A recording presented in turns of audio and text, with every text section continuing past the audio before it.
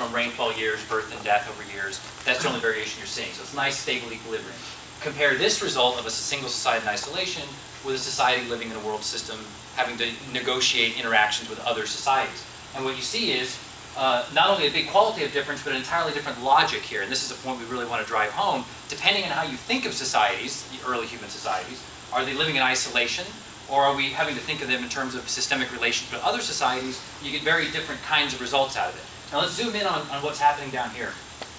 Highlighted here in green are periods of peace and migration.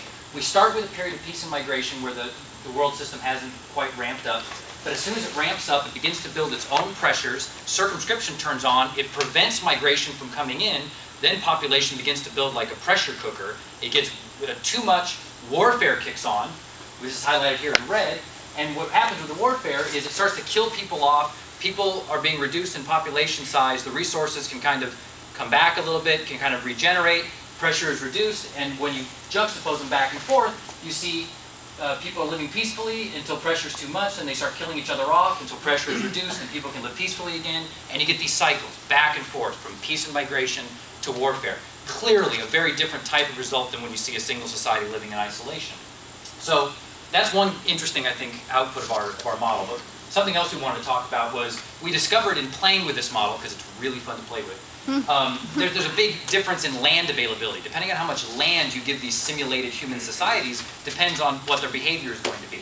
So obviously, here on the left-hand side, the North American continent, obviously kind of the archetypical lot of land example in history. And here on the right is a small island in the South Pacific, clearly a much less land, okay? So what happens when we doctor up the simulation so that we either have a lot of land or not much land?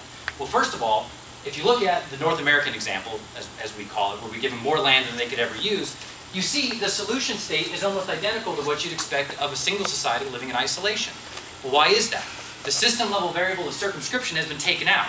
With all the land you could ever want, the land never fills up, circumscription never turns on, and so what you get a nice, peaceful, stable equilibrium over time. So clearly what's causing these vicious war cycles in the other model is the system level variable of circumscription. It's the system, the world system, that's causing that kind of dynamic. Compare that with the small island in the South Pacific, which is where we take almost all the land away and force these poor simulated people to live in a very small space. And what you see now is an issue of marginal sustainability. As soon as the world system reaches its carrying capacity, the local system, and to a lesser extent, but it's in there, the world system, have a hard time surviving at these vicious population cycles where they're almost killed off, having a really hard time. The reason is the circumscription is so high because there's so little land, people fill it up almost immediately. Warfare is constant, people can barely survive, the marginal lands just can't take it.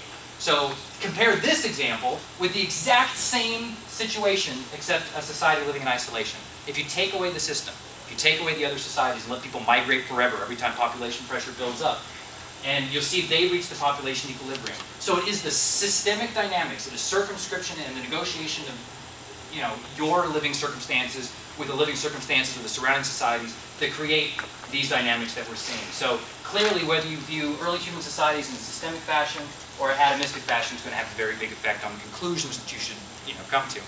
So in conclusion, when we look at the beginnings of human life, the beginning of human civilization, we feel that anyone that's doing these studies should stop kind of viewing a society on its own as its own little island that it can survive and do whatever it wants. That world systems dynamics actually have a big impact on the type of theoretical, empirical, archaeological evidence that you should discover.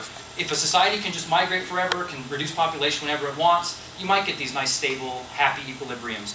But as long as we actually have to deal with our neighbors and we're going to fill up the lands around us, the type of things we would expect should be very, very different. So, thank you very much.